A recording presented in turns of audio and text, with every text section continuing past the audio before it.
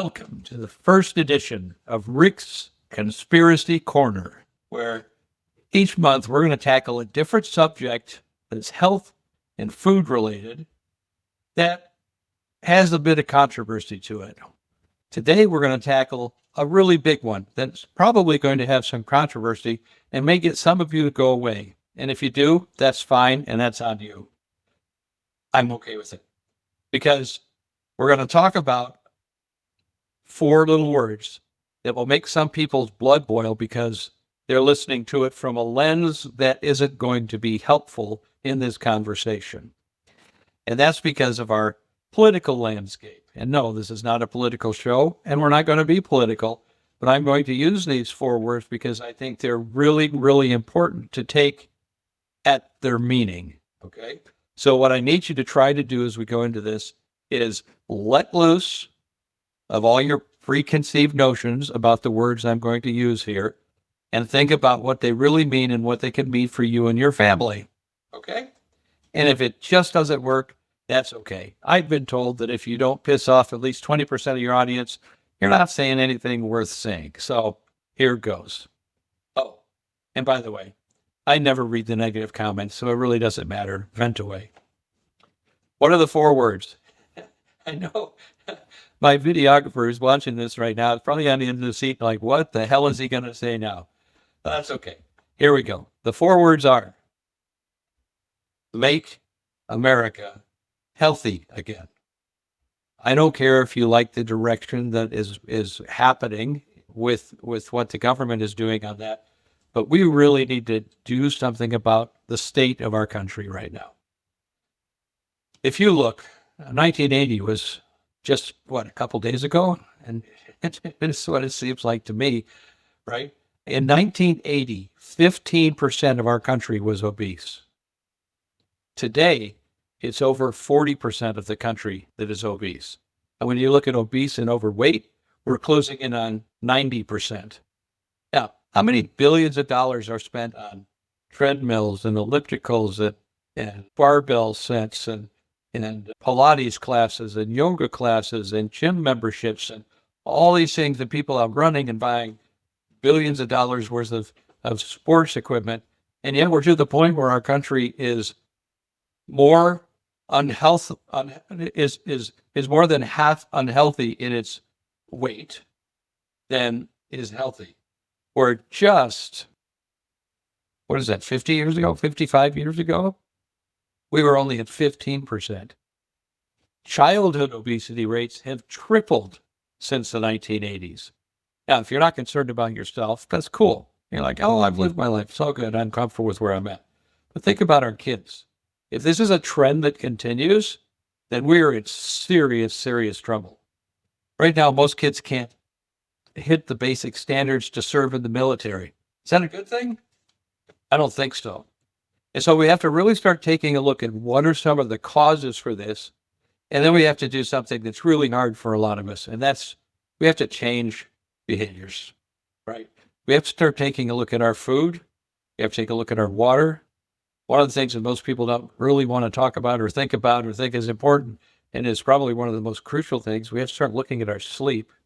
And we have to start looking at what's in all of those things, right? Our food and our water, especially. And we have to start making some changes in a sustainable way that will help us to live healthier, help us to live happier, feeling better, able to do more things, and pass that on to our kids, right? And that's not going to happen without change. Now, I'm not the guy that says you need to change everything today, right now. Throw out every Teflon pan, every plastic, everything in your kitchen, throw it all away, and everything has to be cast iron, stainless steel, or ceramic, and metal or wood. That's it. No, that's not something that most of us can just go out and do, because we've got some money invested in those things, and it will take even more money to replace everything.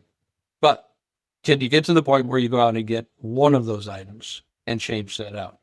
Can you get to the point where we take out some of the things that are in our cabinets that are not serving us well and replace it with things that are doing better? Can we maybe stop going out to eat as much and get food that we're making here where we have a lot more control over it?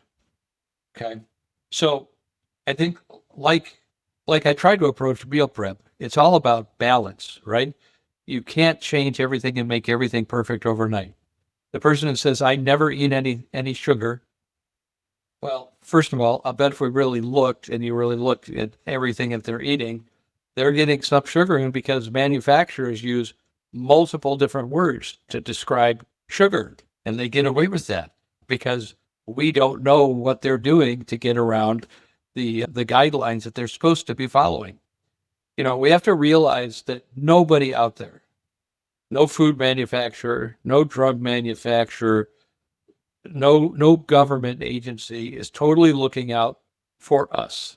They're looking out for us maybe somewhat, but when you look at the food, the processed food that the majority of people are eating for the majority of their meals now, you cannot tell me that the food companies have our interests in mind in number one. No, it's about the profit margins. That's it. So the further we can get away from things that are harming us, the better. But how do you get there? How do you start making those changes? Where do you start? There's so many things. Well, the first thing I'm going to say is that the best thing that you could try to use as a mantra is if it wasn't available 100 years ago, or say 50 years ago, if it comes through a drive-through window, if it comes in a box, or if it's gray to brown in color, it's probably better to avoid, right? So processed food is one of those things that if we can eliminate at least the majority of it, or start eliminating it, the better you're going to start feeling. Okay. Second, getting enough water. So I've been doing weight loss challenges for over 17 years now and helping people lose large amounts of weight, small amounts of weight to get to where they wanted to be. And one of the biggest things that we find is that most people are not drinking nearly enough water. And I mean water. I don't mean sparkling water. I don't mean living water. I don't mean water with a lot of shit in it. I mean water. Now, not necessarily out of your tap water. I've looked here in Portage, Michigan, the levels of cancer-causing and unhealthy substances are higher than what the FDA allows as a safe guideline. So what do I do? Well, right now I'm using the filter in my refrigerator. What I'm going to be getting is an under the sink filter so that I know that at least the most basic thing that I'm putting into my body, the thing that up to 80% of my body is composed of, water, I'm getting clean, filtered, unadulterated, non-fluorinated, non-toxic water into my system. That's really, really important now as more and more we're seeing that city water filtration just can't keep up with all the crap that's in our environment. And so we need to take some extra measures. Now, when I looked at what it was going to cost to put that in, I went, okay, going to do it, just not going to do it this month. So for right now, I'm using the water out of the fridge. I don't buy bottled water. Why? Well, you just don't know what you're getting. You don't know what the quality of it is, and it's coming in plastic bottles. Okay. I'm trying to avoid that as well to the extent that I can. Now, if that's the only thing I have available, will I? Of course I will, right? Just like if I'm out and on my bike, okay, back when I was able to ride my bike before my injuries, I was doing ultra endurance cycling. When you're about to bonk, and bonking is no fun. Done it? Don't ever want to do it again. Bonking is where you've used up all of the glycogen in your body, and your body says, that's as far as you can go, okay? And you bonk. It's like hitting the wall in a marathon, okay? Done that too. Man, the things that I don't ever want to do, those are two things, no bonking and no hitting the wall and running, okay? So what do you do in cycling when you can feel it? You can feel it. It's like your legs, it's like your muscles are eating themselves. So what do? You stop at the first convenience store you have, you get a Coke and you get a Snickers bar. Now, are those healthy foods that you should be eating on a daily basis? Hell no. It's crap, but it's very, very fast absorbing carbohydrates, which means it gets into your bloodstream, which means it gets into your muscles, and means it gives you the power to keep moving forward and saves you from being on the side of the road unable to move, which is not where you want to be. People don't know if you're weird or if you're dying, and it causes all kinds of fun. But again, it's about balance. Does this mean if I'm trying to eat super healthy that I never have ice cream again? No, it doesn't mean that either because I love ice cream, right? I just don't have it the way I used to have it, which was all the time and in very large quantities. So when we're looking at this, make America healthy again, it starts with us. It doesn't start with the government. Now, the government can do some things that we can't, right? Like right now, getting some of the dyes, the toxins out of our food that aren't allowed in most of the civilized world. You and I can't do that. The government can do that. So we all ought to be celebrating that, whether we like the people in charge or not. We ought to be celebrating the fact that our kids are not getting things that are making them unhealthy and hyperactive and causing potential cancer down the road that we don't want our kids or ourselves to have, right? But again, it starts here. What are we going to do for ourselves? That's one of the main reasons that I started the meal prep channel was because I understand that if we're getting everything out of a box, if we're eating processed food all the time, we are not going to reverse the trends that are going on in our country that have just been getting worse and worse and worse. From about the 1970s on, it's just been a upward spiral of obesity, an upward spiral of type 2 diabetes, an uphill spiral of chronic diseases, and even scarier, an uphill spiral in those diseases in our kids. You think about how awful this is. Type 2 diabetes used to be something that older people got that were really severely obese. And now we're finding it in our kids. Heart disease never happened in our kids, in kids as a general rule. And now it's happening more and more. You've got fatty liver disease. Think about it.